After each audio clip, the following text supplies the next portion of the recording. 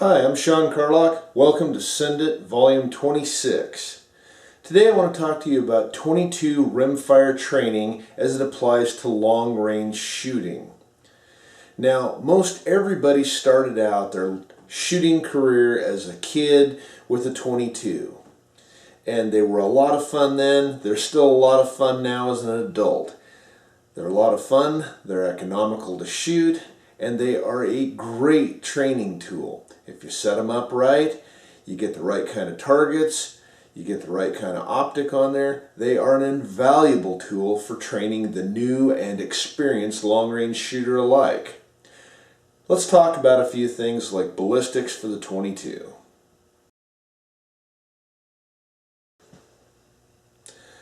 Let's talk about 22 rimfire ballistics for a second here before we get too deep down the rabbit hole of long-range 22 rimfire shooting. Most match ammunition, and this is where you'll want to keep yourself when you're picking out ammunition for your precision long-range 22, is going to run in that 1,050 to 1,100 foot a second range, and they are capable of extremely good accuracy. The ballistics on it, however, are a different story. The ballistics are poor. With that low speed and a G1BC of 0.144 or something pretty close to that, depending on which ammunition you have, the wind is no joke. That bullet blows around like a ping pong ball. But this is one of the things that makes it such a great training tool, is the accuracy coupled with the fact that it has a ton of drop and is wind sensitive. Makes it a great tool for us to use. Okay, let's talk ballistics for a second. If we have our standard match ammunition clipping along at, let's say, 1,100 feet a second even, and a G1BC of 0.144, the wind is no joke, like I said before, but if we zero at 50 yards with this smoking tight little group, at 100 yards, our drop is already 6.25 minutes. At 200 yards, our drop is down to 22.5 minutes. Now 22.5 minutes at 200 yards is virtually identical to a good .338 Edge at 1,000 yards. Most of those that we run 23.5 to 24 minutes depending on your barometric conditions, of course. But what I'm getting at is we can scale that big magnum shot at 1,000 yards down to 200 yards. And that's what the whole game here is for us in terms of training, is we want to scale that long-range shot, we want to scale those long-range ballistics, but we want to be able to do it and work between 100 and 200 yards for our training and practice.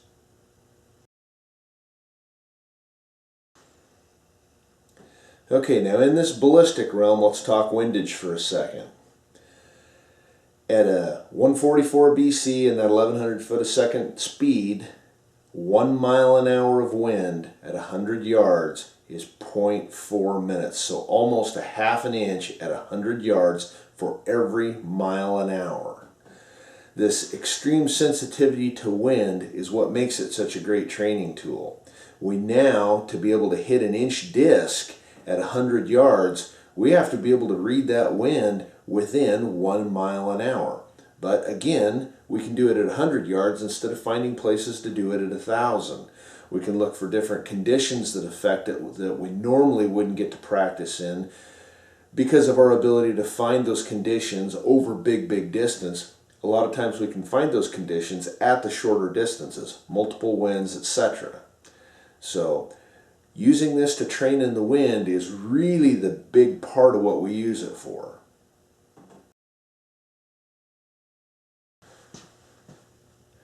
Let's talk about our platform setup for a minute. Our platform setup is going to duplicate as best we can a hunting rifle. It's not going to be a bench rest rifle. It's not going to be a PRS training rifle. We're going to duplicate our hunting platform the best we can. So to that end, we're going to use a more field-shaped stock.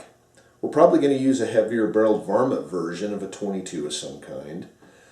We need to look at an optic that is scaled correctly. I like 10 power because if we're scaling to 200 yards, 10 power scaled at 200 works out pretty well for a lot of the higher powered scopes we're using at bigger distance.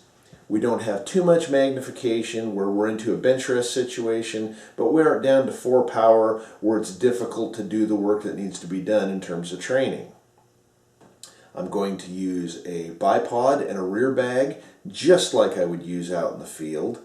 Identical setup. I'm going to use my same ballistics program. I'm going to use Bullet Flighter Applied Ballistics to get all of my corrections for drop and wind, and I'm going to run a suppressor on it. Mostly from the training aspect, I don't have to wear earplugs, but also because I often run a suppressor on my hunting rifle. I want to duplicate my hunting setup the best I can. I'm going to have an anti-cant indicator. I'm going to set it up as close as I can get to my full-size Magnum long-range rifle field setup.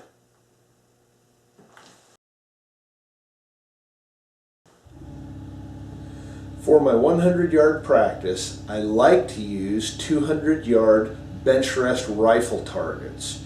And the reason I use these bench rest rifle targets is because there's a lot of white paper on them. They don't have big black squares to hide bullet holes in. I'm working with 10 power, and with this target, I can see the bullet hits pretty well at 100 yards, even when I'm shooting prone off a rear bag. The bullseye, the 10 ring of this target, is the size I want to shoot at. It's right at an inch.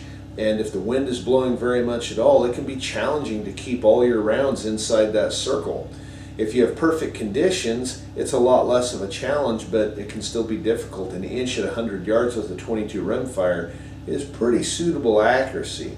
Although we have several that'll shoot much better than that, day in and day out, we just don't have perfect conditions to shoot in. There's always a little breeze, there's always a little draft, there's always changes in atmospheric conditions, and if we aren't on top of those, you'll throw the first shot or two right out of the circle until you get back in the groove and start holding off correctly.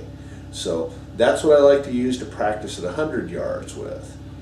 At our longer distances and our field shooting practice, we build steel targets with reactive kill zones that were scaled to the size we wanted to replicate long-range hunting. So our elk target is 5 inches from the belly to the back, and that pretty much scales him down as a 200-yard target for the 22 rimfire. When you look at an elk at 1,000 yards, a mature bull being roughly 24 inches from belly to back, and you look at the steel target at 200, they grid out the same. So we can practice ranging with the reticle, we can practice a lot of things, and the ballistics and the size of the target are scaled to each other. So again, back to that replicating as much as we can to distance practice.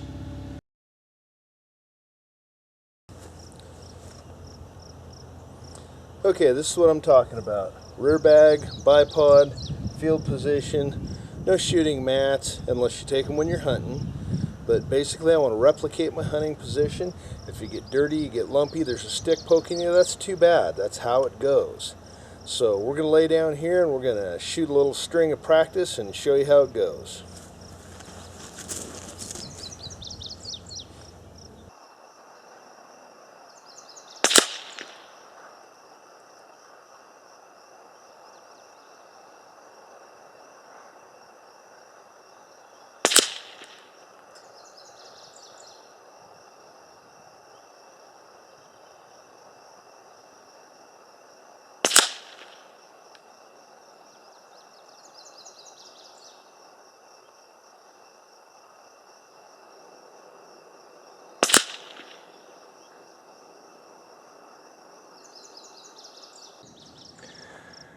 Okay, here's my 2 wind flags, and they're set one toward the front side of my house and one toward the back side of my house, because the wind blowing around the house really wreaks havoc with the 22 rimfire round being so sensitive to the wind, but it also creates a unique training opportunity for me. So now, for the next series of shots, we're going to pay attention to the wind flags instead of disregarding them like we did in the first string, just to show you the difference that reading the wind, even at 100 yards, can make with a 22.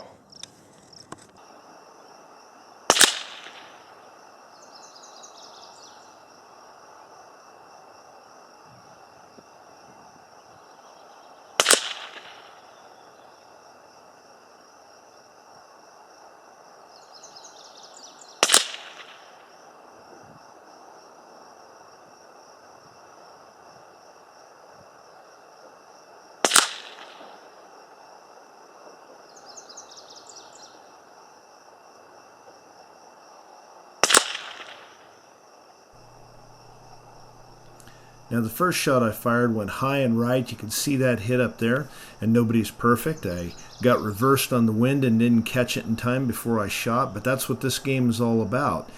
Definitely learning to read those little subtle wind shifts in a piece of ribbon goes a long ways toward honing your long-range shooting skills.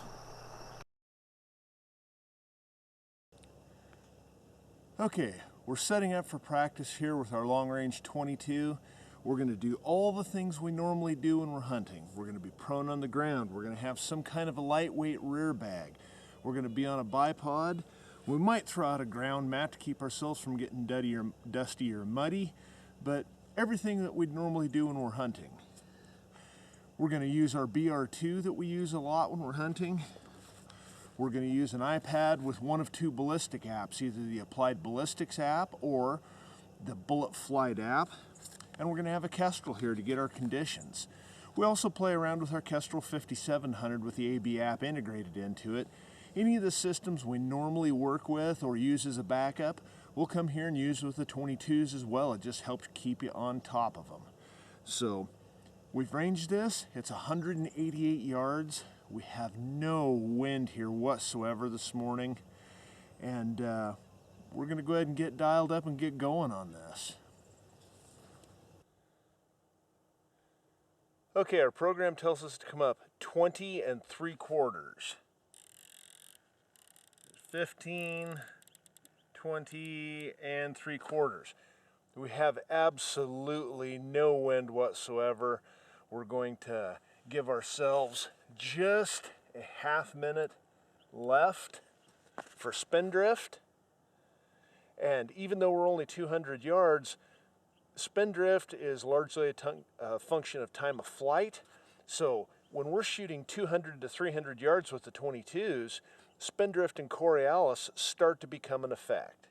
So let's go ahead and take this shot and see how we do. Okay, here we are, 188 yards. We've dialed in, based off our program, 20 3/4 minutes for our Federal Gold Medal Ultra match. We have zero wind here this morning, so this should be a pretty easy shot.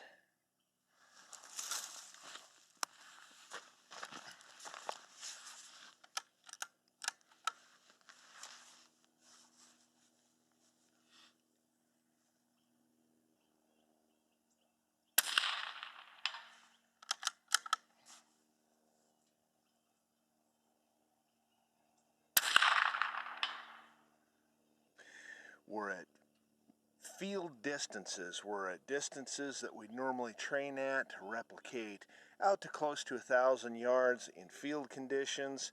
You just can't beat practice like this.